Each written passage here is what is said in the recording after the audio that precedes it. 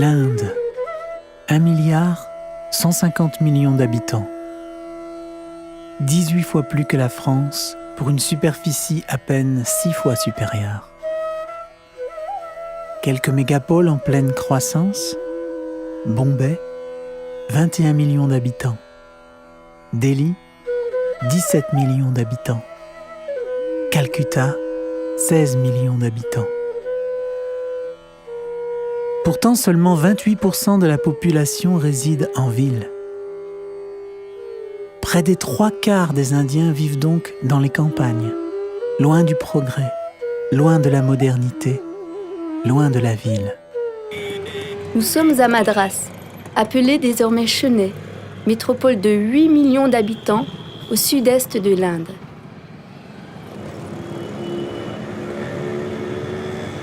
Plus de 25 000 habitants au kilomètre carré. C'est sans compter les vaches qui font partie du décor. Les pieds dans les ordures, la tête dans les fleurs. De jour comme de nuit, la vie indienne semble ne jamais s'arrêter. Une foule incessante dont on ne sait d'où elle vient ni où elle va. Embouteillage, pollution.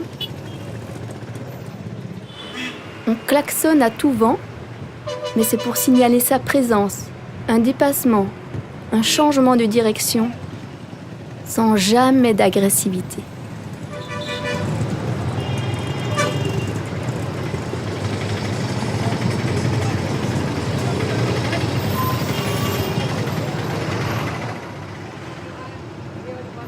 Un code de la route sommaire, on se frôle, on s'évite, on va vite.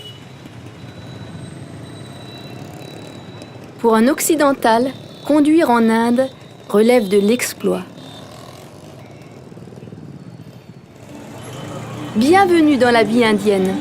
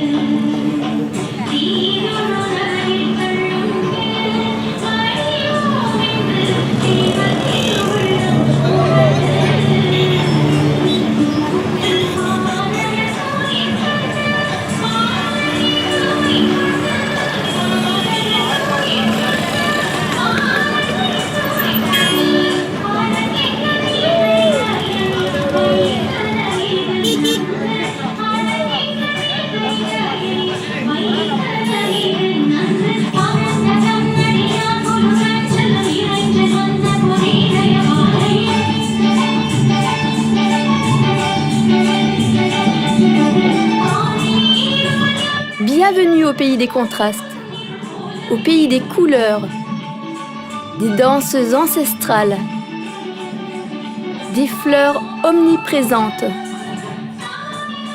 Bienvenue au pays de la beauté, au pays de l'insalubrité.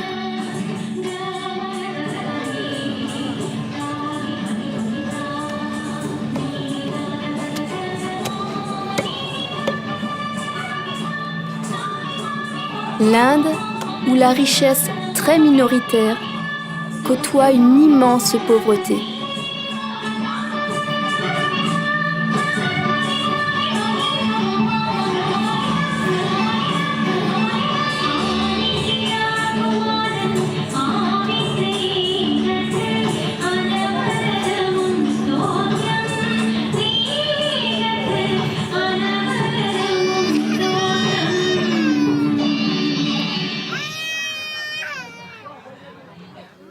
Comment un pays affichant une croissance économique parmi les meilleurs du monde peut-il faire état d'une si grande pauvreté ?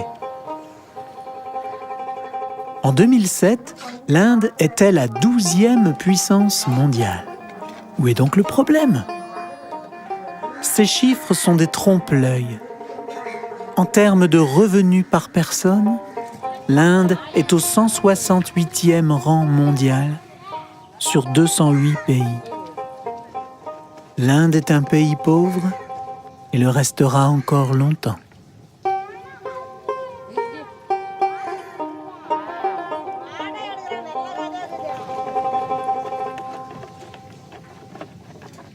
Il faudra plusieurs décennies, plusieurs générations sans doute, pour que l'Inde et les Indiens sortent enfin de cette pauvreté, depuis ces grandes métropoles jusqu'aux campagnes les plus reculées.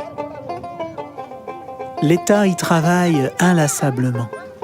Il améliore les routes, l'habitat, le système de santé, la scolarité. Mais la tâche est tellement vaste qu'elle en paraît insurmontable.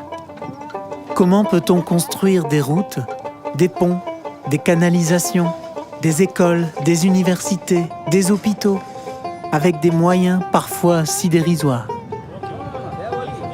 Mais les choses avancent. Petit à petit, moyens techniques, ingénieurs et ouvriers qualifiés arrivent sur cet immense chantier du développement indien. La première nécessité pour que les Indiens sortent de la pauvreté à long terme, c'est l'éducation. De gros progrès ont été réalisés ces dernières décennies, notamment pour l'alphabétisation. Le gouvernement encourage beaucoup la formation. Dans les provinces du Tamil Nadu et du Kerala, théoriquement tous les enfants ont à présent accès à la scolarisation, même dans les quartiers pauvres et les campagnes reculées où l'école publique gratuite est présente. Pour en avoir le cœur net, nous nous sommes rendus à Koraikapam, un petit village reculé, en bordure d'océan, à quelques heures de Madras.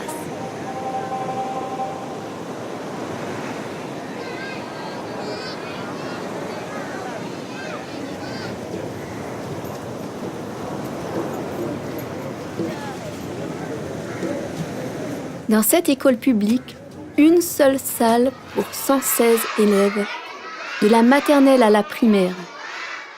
À l'intérieur, les classes se partagent l'espace. Le vacarme est impressionnant.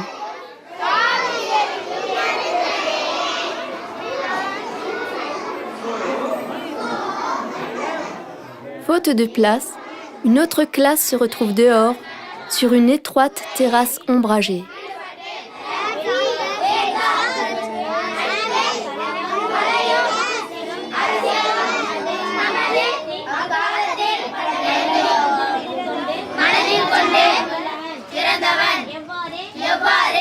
L'enseignement se fait dans la langue de la région, le tamil. L'instituteur enseigne ici quelques rudiments d'anglais aux aînés de l'école.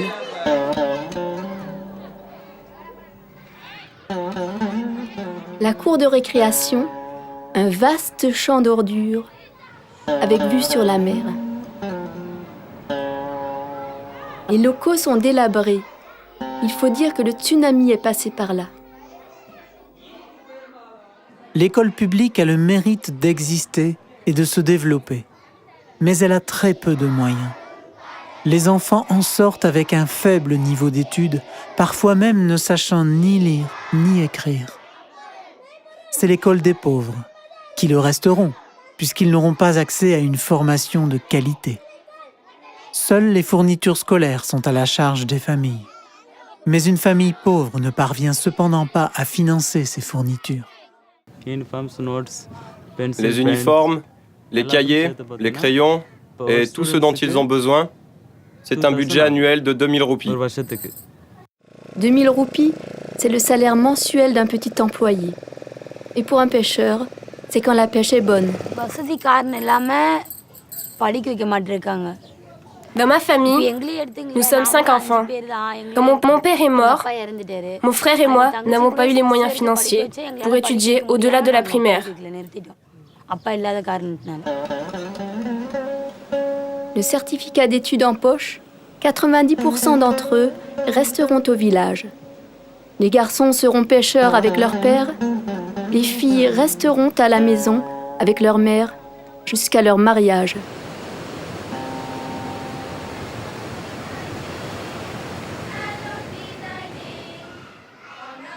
L'école privée, c'est l'école payante.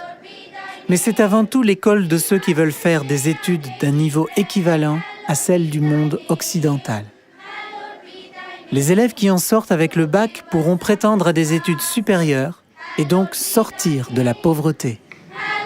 Ces écoles privées, aujourd'hui majoritaires, se sont beaucoup développées ces 20 dernières années. C'est grâce à elles et à ceux qui les ont fondées que l'Inde a amorcé son développement. Elles n'ont qu'un seul défaut, leur prix, très élevé, qui les rend inaccessibles aux plus pauvres. L'école privée serait-elle l'école des riches ? Pas forcément. Des initiatives privées, le plus souvent occidentales, telles que Azer en France, permettent à des enfants pauvres de financer leurs études. Entrer dans une école privée, c'est sortir définitivement de l'engrenage de la pauvreté. C'est accéder à un métier honorable, avec un vrai salaire. C'est pouvoir fonder une famille avec une personne d'échelle sociale plus élevée que celle d'où l'on vient. C'est le point de départ d'un cercle vertueux pour les générations suivantes. Oui, c'est un fait que sans cette aide financière, je n'en serais jamais arrivé là. J'ai pu étudier dans de bonnes écoles, j'ai de bonnes bases, et sur ces bonnes bases, je peux construire ma carrière. Je vais finir mes études de commerce et je vais continuer dans le management. Quand j'aurai fini, je pourrai exercer comme directeur d'entreprise. Nous sommes dans l'une d'entre elles, à Kodungayur, une école catholique associative. Cette école est ouverte à toutes les religions, toutes les classes sociales. Encore faut-il pouvoir payer. 650 élèves de la prématernelle au bac. Comme beaucoup d'autres écoles privées, celle-ci est en langue anglaise, afin de mieux préparer aux études universitaires.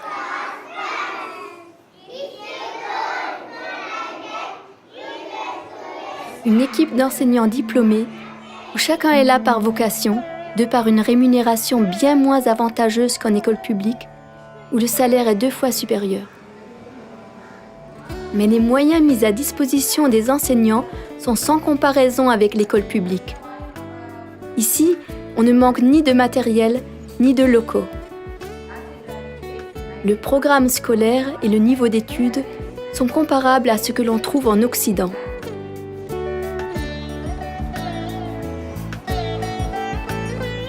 Le tarif annuel pour une telle école va de 4 000 roupies pour les maternelles à 12 000 roupies pour les lycéens.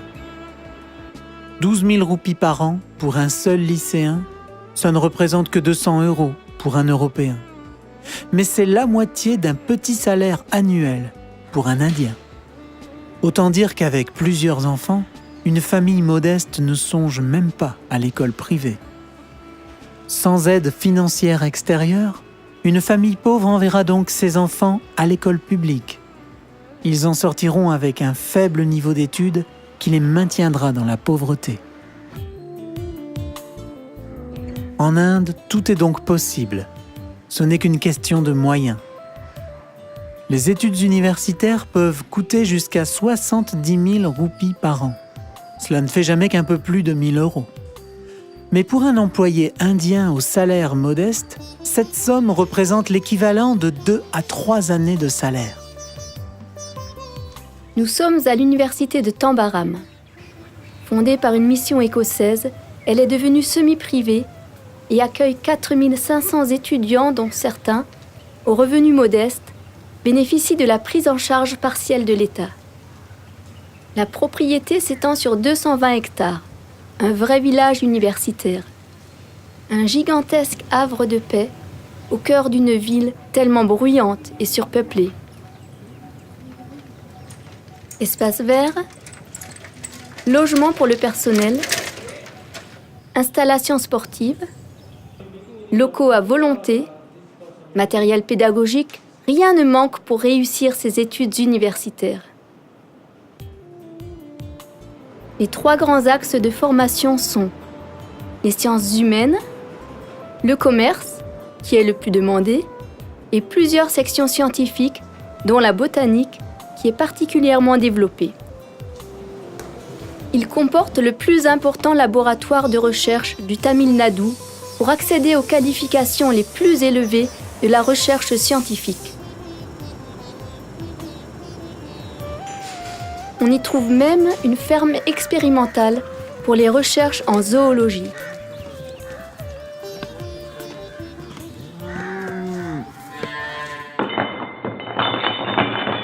Financièrement, même lorsque l'État participe, l'université reste très coûteuse. Il faut donc des bourses privées pour permettre aux enfants pauvres d'étudier et d'élever leur niveau de vie. Elisabeth est un bel exemple de cercle vertueux. Orpheline, puis adoptée, grâce à l'aide d'Azer, elle a pu faire des études et trouver un emploi correctement rémunéré. Aujourd'hui mariée, elle est en mesure de financer les études de ses enfants. Ma fille étudie dans une des meilleures écoles de Madras. C'est très cher, mais la concurrence est telle que si on veut un bon emploi, il n'y a pas d'autre alternative. Et je désire que ma fille accède à un bon métier. La société pour qui je travaille me paie un bon salaire, et ça n'est pas un problème pour moi de payer les études de mes enfants. Pour celles et ceux qui n'ont pas les capacités de faire des études universitaires, mais qui veulent apprendre un métier, des solutions existent. Ce sont les écoles professionnelles. Il s'agit le plus souvent d'initiatives d'origine privée, comme celle-ci, l'Institut Krupa. Cette école semi-privée s'est développée grâce à des dons locaux et étrangers. Aujourd'hui, elle reçoit également des subventions de l'État. Moyennant 5 000 roupies par an, on forme à des métiers spécialisés: informaticien, infirmier, couturier, brodeur et tisserand.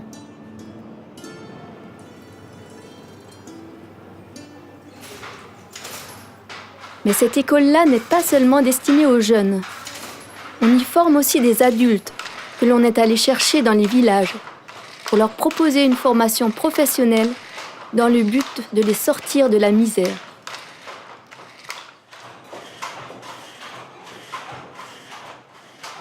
Comme des millions d'autres, ces adultes n'ont pas eu la chance d'aller à l'école dans leur enfance, ni d'apprendre un métier. C'est donc une chance pour eux que de pouvoir décrocher une place dans ce type d'école et d'en sortir avec un vrai métier, même si le salaire en sera des plus modestes.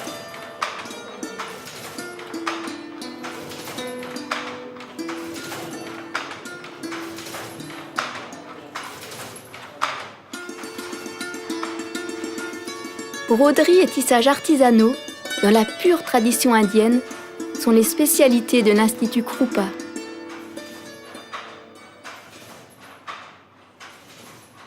Tout ce qui est fabriqué ici, dans le cadre de l'apprentissage, sera ensuite commercialisé.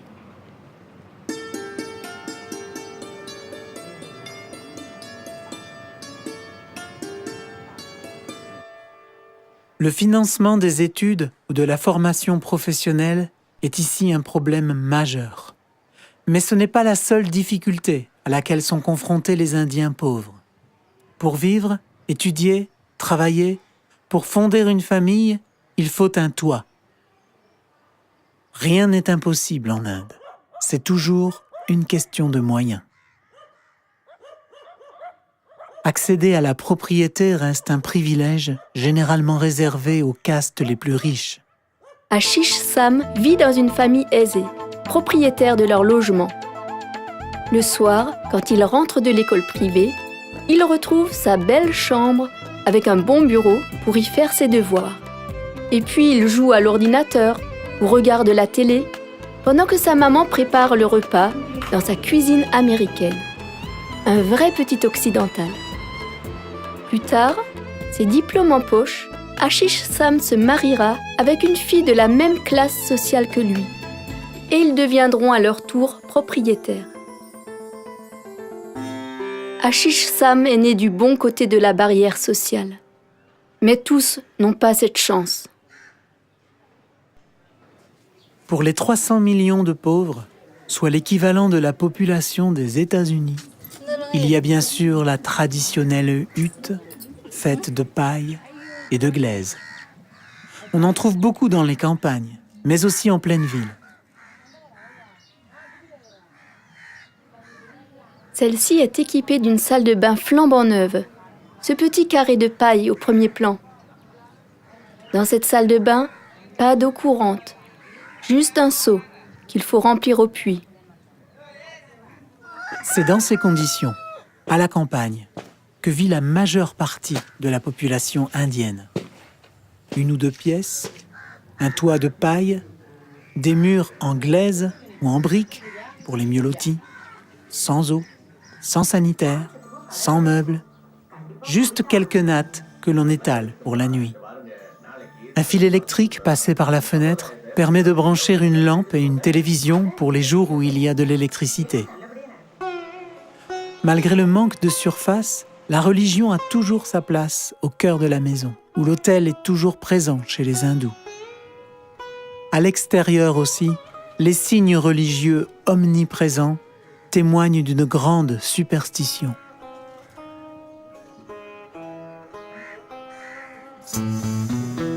La population indienne est en pleine migration vers les métropoles.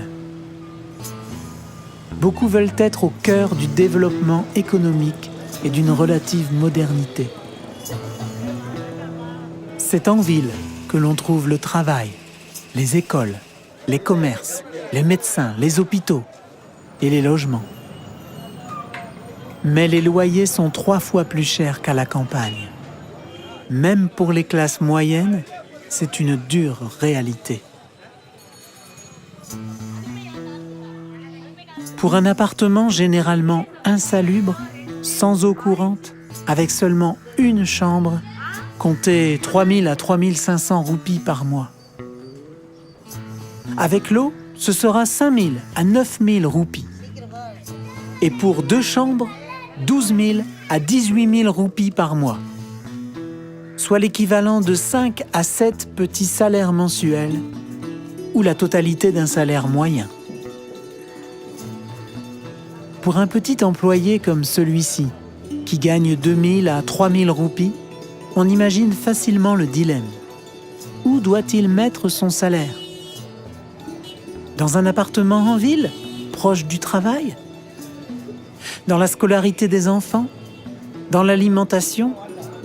Dans un moyen de transport pour habiter là où les loyers sont moins chers, loin d'une agglomération ? Avec son mari et ses 2 enfants, Marie habite la petite ville de Tambaram, dans un logement en location. Une situation très courante. Un séjour et une cuisine de 6 mètres carrés, une seule chambre de 5 mètres carrés. Ils ont l'eau et l'électricité. Le loyer, 3 500 roupies par mois. Avec leurs 2 salaires cumulés, ils parviennent à joindre les 2 bouts. Mais avec les études des enfants qui coûtent plus de 1 000 roupies par mois, c'est difficile. Mais bientôt, il leur faudra déménager. Comme tout le monde. Car en Inde, les contrats de location ne durent que 3 à 4 ans. Après, il faudra partir, car le propriétaire va reprendre l'appartement pour le louer à d'autres, plus cher. Le locataire indien est donc le plus souvent sans domicile fixe, en perpétuelle recherche de son futur logement et en perpétuel déménagement. Pour améliorer l'habitat des familles les plus pauvres, l'État fait sa part et construit des row houses. Ce sont des cités HLM à l'indienne. Mais question confort, on est loin du HLM français. Dans la cité de Cochapour, un responsable municipal nous a permis de visiter 2 maisons, parmi les mieux équipées et les plus présentables du lotissement. Ici, pas d'eau courante, juste un petit coin cuisine et une pièce de vie de 15 mètres carrés pour la nuit, pour les jours de pluie et pour 5 à 7 personnes. Le reste du temps, on vit dehors.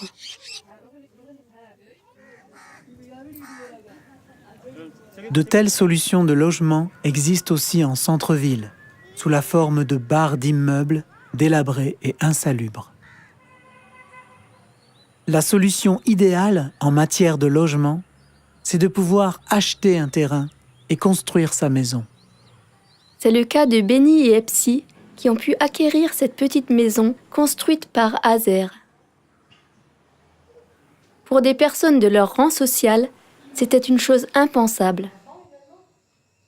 Grâce à cette maison, ils peuvent édifier leur famille, élever leurs enfants dans une relative sérénité par rapport au logement.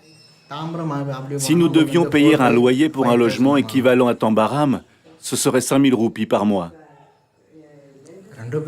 Quand on peut travailler tous les deux, on arrive à joindre les deux bouts, mais à condition qu'il n'y ait pas de problème de santé avec des frais médicaux. Et quand notre enfant sera en âge d'aller à l'école, il faudra que je reprenne le travail. Sinon, on n'y arrivera pas. Parmi les solutions de logement, il reste encore les bidonvilles. Le gouvernement finit par octroyer des titres officiels de propriété aux familles qui résident ici depuis plusieurs générations. Chacun paye alors une taxe plus ou moins importante selon la nature de son logement. On a commencé à goudronner les ruelles, à construire des églises, des temples, et les bidonvilles prennent soudain des allures de village. De l'autre côté de la route, un dispensaire médical, sommairement installé dans les locaux d'une église évangélique. Tout au long de la semaine, 2 médecins y prodiguent des soins quasi gratuits à des centaines de patients pauvres du bidonville. La salle d'attente ne désemplit pas. Un des médecins y pratique certaines consultations, tandis que son confrère consulte derrière un rideau. Une consultation chez un généraliste coûte entre 40 et 100 roupies. Chez un spécialiste, 150 à 300 roupies. Pour les soins les plus importants, 2 solutions. Les hôpitaux publics, quasiment gratuits, peu nombreux, surpeuplés, avec des délais extrêmement longs et une hygiène déplorable. Heureusement, il y a les hôpitaux privés, bien équipés, réactifs, efficaces, mais très chers. Pour être soigné correctement et rapidement, il y a tout ce qu'il faut en ville. Mais il faut pouvoir payer des sommes inaccessibles aux nombreux pauvres. Quelques exemples. Pour un accouchement, 10 000 à 15 000 roupies, ou 20 à 25 000 avec césarienne. Pour une opération de la cataracte, 14 000 à 18 000 roupies. En somme, tout acte chirurgical demande l'équivalent de plusieurs mois, voire de plusieurs années d'un petit salaire, tout cela sans caisse de sécurité sociale. Il faut donc trouver les finances pour se soigner correctement. Lydiale perdait progressivement la vue. N'ayant pas de revenus, elle est alors allée à l'hôpital public pour une opération de la cataracte. Suite à cette opération, j'ai perdu totalement la vue. Elle a ensuite été prise en charge par l'association AZER, qui a financé une nouvelle opération dans une clinique privée. Quelqu'un qui m'aimait m'a conduit à l'hôpital et j'ai retrouvé la vue. Quelqu'un qui m'aimait me l'a payé. Moi, je n'ai rien du tout. Je ne peux pas payer. Si Lydiale a retrouvé la vue, Jyoti, quant à elle, on peut dire qu'elle a retrouvé la vie. Sans une opération à cœur ouvert, financée elle aussi par AZER, Jyoti ne serait plus de ce monde. Je ne pouvais plus respirer. Ils ont ouvert et ont découvert qu'une valve du cœur était fichue. Alors, ils m'ont opéré pour me mettre une valve artificielle. C'était un hôpital privé, protestant. Je n'avais pas les moyens de payer une telle opération, mais Dieu m'a aidé au travers des dons de plusieurs personnes. Je ne peux pas dire que je suis aussi solide qu'auparavant, mais ça va de mieux en mieux et je mène à présent une vie quasi normale. Kumarappa, ancien professeur de sciences et de mathématiques, s'est retrouvé handicapé suite à une longue maladie. Sans l'aide quotidienne de quelques amis sur place et le soutien financier d'AZER, Kumarappa se serait retrouvé complètement démuni. Bakiam est elle aussi handicapée. Elle ne peut plus travailler. Elle est également soutenue par AZER en complément de sa petite retraite qu'elle a pu obtenir en passant 6 000 roupies sous la table. Une constante dans les services administratifs indiens. Tomber malade en Inde, se retrouver handicapé, conduit à une précarité que seules des initiatives privées peuvent combattre. Samarpama, un centre d'accueil pour personnes handicapées. Ils ont de 5 à 60 ans et ont tous été abandonnés par leur famille.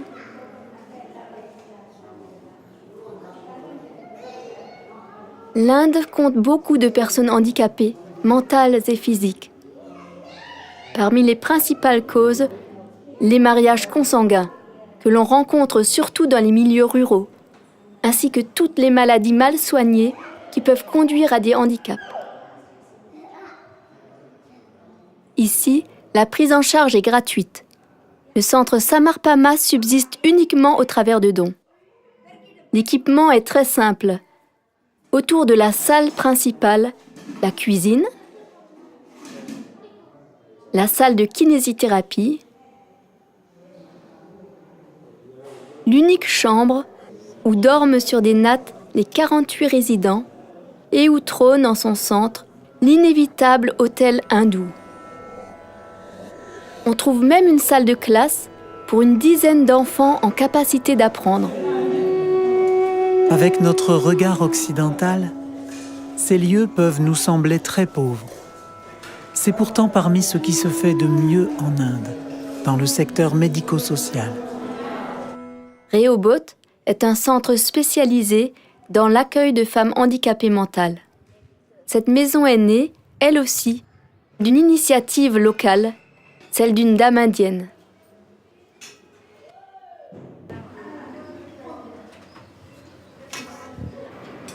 Pour la plupart rejetées par leur famille à cause de leur handicap, ces femmes se sont retrouvées à la rue, très vulnérables.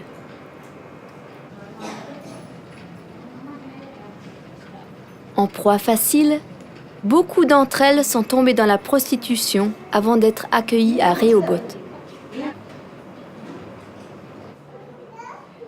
Une centaine de femmes sont accueillies ici. Certaines d'entre elles ont des enfants à charge, qui sont hébergés avec leur maman. Pour ces enfants, une école a été aménagée à l'intérieur même de la structure. On y accueille aussi quelques enfants du village.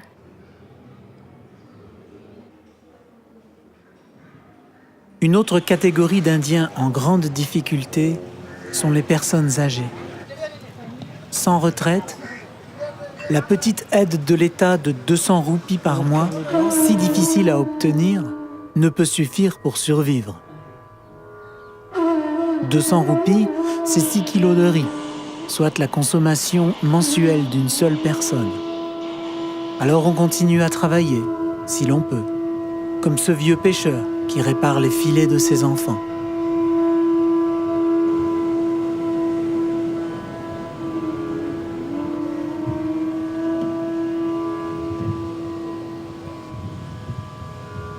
Certains ont la chance d'être hébergés par la famille.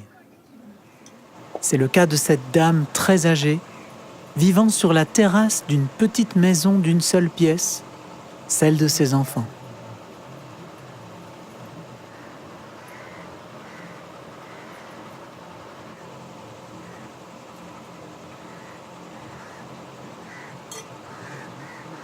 Mais beaucoup de personnes âgées se retrouvent seules et démunies. Aider les personnes âgées sans ressources, c'est la vocation de GC Home. Le couple qui a lancé cette action est évidemment débordé de demandes d'hébergement.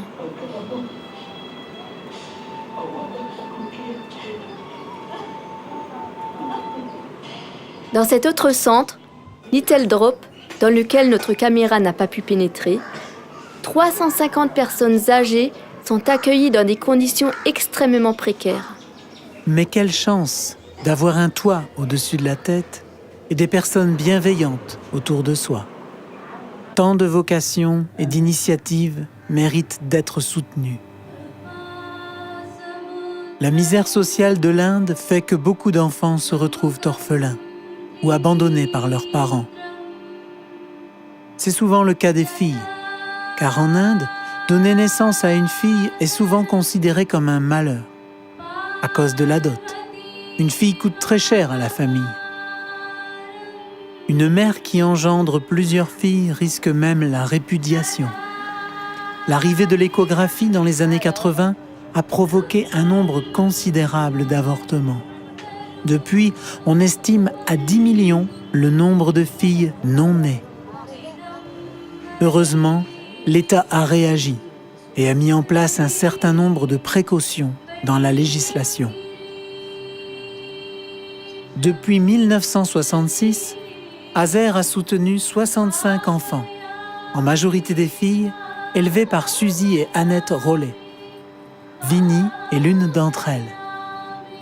Vinnie est ici sur la terrasse de la Maison Bethany à Tambaram, qui est aussi le centre du rayonnement de l'association Azer.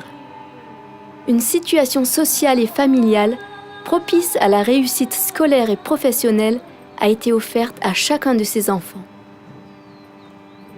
Beaucoup d'autres initiatives privées existent, d'origine locale ou étrangère, et font elles aussi un travail remarquable qu'il faut soutenir.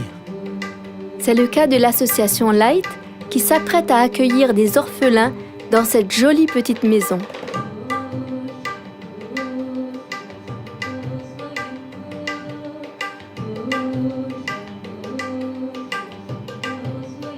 Pour faire face à la maladie, aux malheurs de la vie, aux accidents en tout genre, la vie quotidienne de l'Indien est empreinte de superstitions et ponctuée de nombreux rites religieux.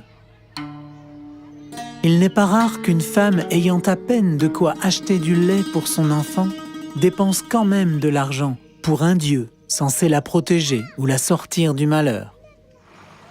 Religion et superstition accompagnent les Indiens partout, jusque dans les détails de la vie quotidienne, de façon parfois inattendue, comme dans la décoration de certaines pièces mécaniques des camions.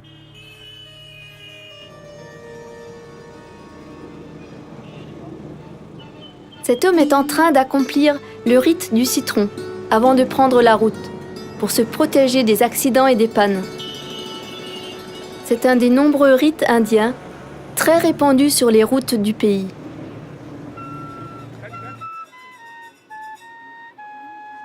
Au hasard de nos visites, dans un village, nous sommes tombés sur cet homme, une sorte de magicien qui joue de la flûte. Lorsqu'il joue de sa flûte, le lait se met à couler de cet arbre jusqu'à remplir un pot au bout de plusieurs heures. Les habitants du village viennent boire ce lait qui, selon eux, aurait un pouvoir de guérison. Ils viennent avec leurs souffrances, avec leurs enfants malades, en espérant que le Dieu qu'ils invoquent ici leur apporte la guérison. En ville ou à la campagne, quel que soit l'axe du regard, on aperçoit toujours un édifice religieux dans les parages. Le plus souvent des temples hindous, puisque l'Inde est à 80% hindouiste. Mais l'on rencontre aussi des mosquées, pour les presque 15% de musulmans, et des églises, pour les 2 à 3% de chrétiens. En Inde, tout le monde est croyant et pratiquant. Seulement 0,1% des Indiens se déclarent sans religion. Dans la région du Tamil Nadu, les chrétiens sont très nombreux et en pleine expansion. On trouve toutes les traditions, catholiques, protestants, pentecôtistes ou évangéliques, comme cette petite église de village édifiée avec l'aide d'Azer.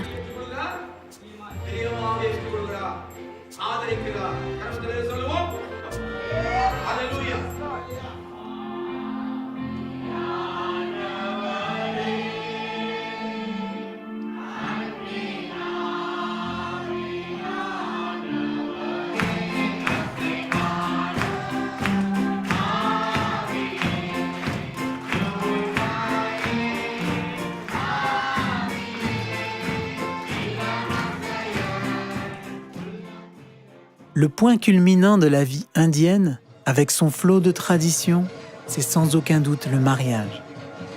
À bien des égards, le mariage indien est différent du nôtre. Ce qui choque les Occidentaux, c'est le mariage arrangé. En Inde, ce sont les parents qui choisissent. Mais l'Indien est lui-même très choqué que les Occidentaux choisissent leur conjoint. Et puis, le pourcentage de mariages d'amour à l'occidental qui finissent en divorce, avec des familles recomposées, des enfants tiraillés entre père et mère, laisse l'Indien très perplexe à l'égard des traditions occidentales.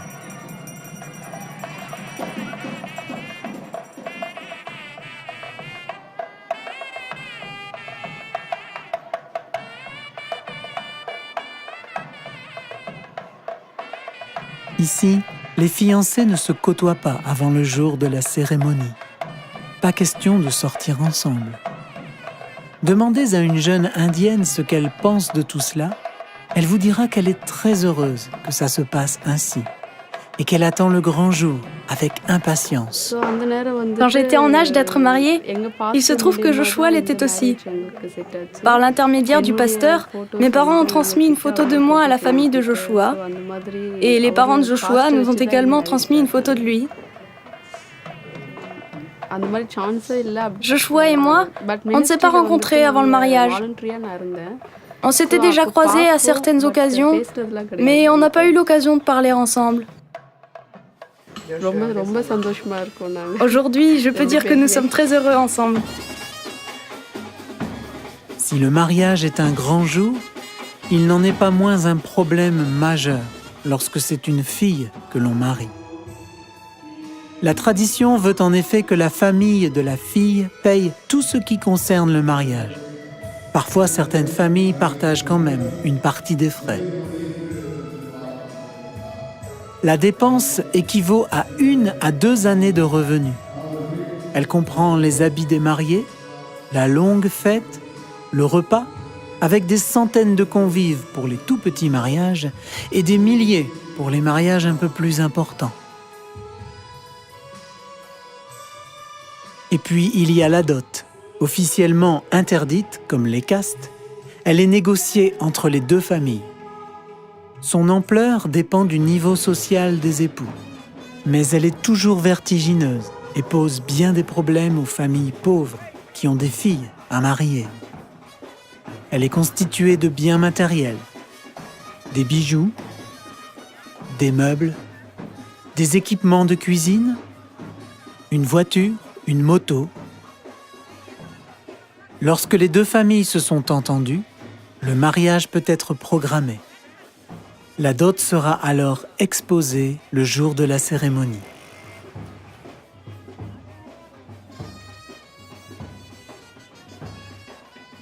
Une femme seule n'a pas d'avenir dans la société indienne. Il faut la marier.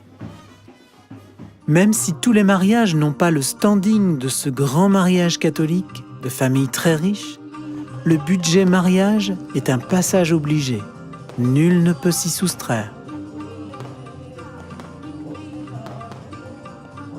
Le mariage chrétien n'échappe donc pas aux règles et traditions indiennes. Si certains aspects de la cérémonie religieuse sont propres à chaque religion, tout le reste est similaire. Comment les pauvres font-ils donc ? Comment payer un mariage sans argent ? On comprend pourquoi donner naissance à une fille n'est pas une nouvelle réjouissante pour beaucoup de parents. On imagine la problématique d'une personne qui cumulerait le fait d'être une fille, d'une caste pauvre et d'être orpheline. C'est l'impasse. L'association AZER a donc choisi d'accueillir et d'aider en priorité les filles pauvres, orphelines, pour les sortir de cette impasse, pour leur donner un niveau de vie correct, veiller sur leur santé, leur permettre des études les meilleures possibles, leur trouver un mari d'un niveau social correspondant et payer la dot. Depuis plus de 40 ans, inséré dans la culture et dans la vie indienne, AZER agit de multiples façons. Agir pour AZER, c'est agir pour que beaucoup d'autres soient aidés, soignés, éduqués, mariés, logés. Une aide concrète, adaptée à chaque situation, à chaque besoin.